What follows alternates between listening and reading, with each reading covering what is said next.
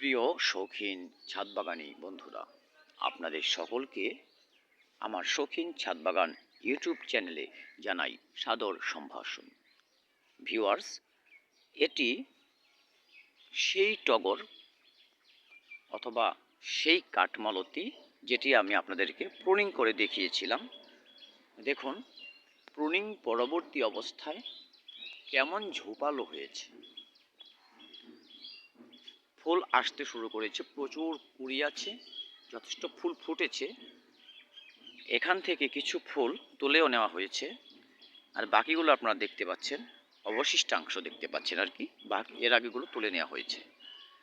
Viewers, একটি টগর ফুল গাছকে বা একটি কাঠমালতি ফুল গাছকে এভাবে আপনারা ঝোপালো করে নিলে প্রচুর পরিমাণে ফুল আপনারা পাবেন ছোট্ট গাছ থেকে। দেখুন, আমি এখানে কিন্তু প্রুনিং করেছিলাম, এখানে দুটো শাখা ছিল, দুটো শাখা থেকে এখন কত শাখা চলে এসছে। এপাশে আমি প্রুনিং করেছিলাম, দেখুন একটি শাখা থেকে কত শাখা চলে এসছে।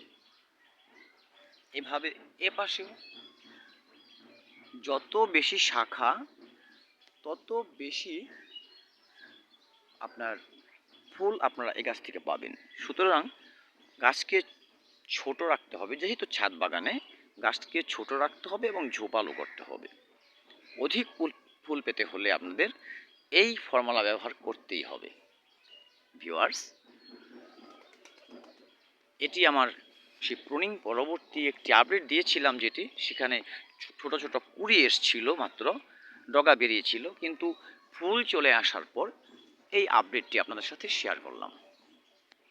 ভিউয়ার্স, আমি ধরনের আরও দু তিনটে মিনিয়েচার টগর বা কাঠমালতি ফুল গাছ প্রুনিং করেছি, তা থেকে আমার বন্ধুর বাড়িতে গাছ গিফটও করেছি, এবং ঠিক এই ধরনের সাইজের বড় গাছ আমার এক আন্টিকেও গিফট করেছি। ভিউয়ার্স, আপনারা শুধু প্রুনিং করে গাছকে ঝোপালো নয়, সেই শাখা থেকে কিন্তু নিজেরা প্রচুর পরিমাণে চারা তৈরি করে বন্ধুদেরও গিফট করতে পারেন। আর এখন যেহেতু বৃষ্টির মৌসুম চলে এসছে এবং গাছ ভর্তি কুড়ি আছে, ফুল আছে, এই গাছে আপনারা এই বৃষ্টি শুরু হবার পরেই খাবার দিয়ে দেবেন, যেভাবে আমি দিয়েছি।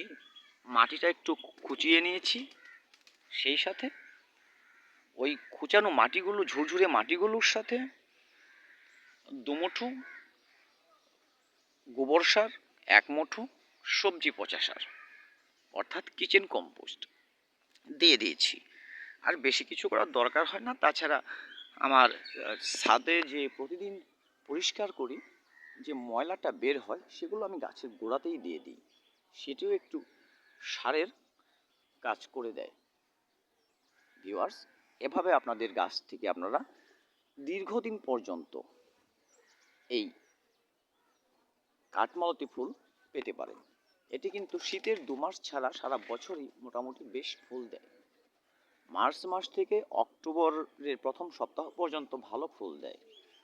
সুতরাং আপনারা গাছকে প্রুনিং করে ঝোপালো করুন, গাছের প্রতি যত্নশীল হন, আর ঠিক সময় মতো গাছকে খাবার দিন।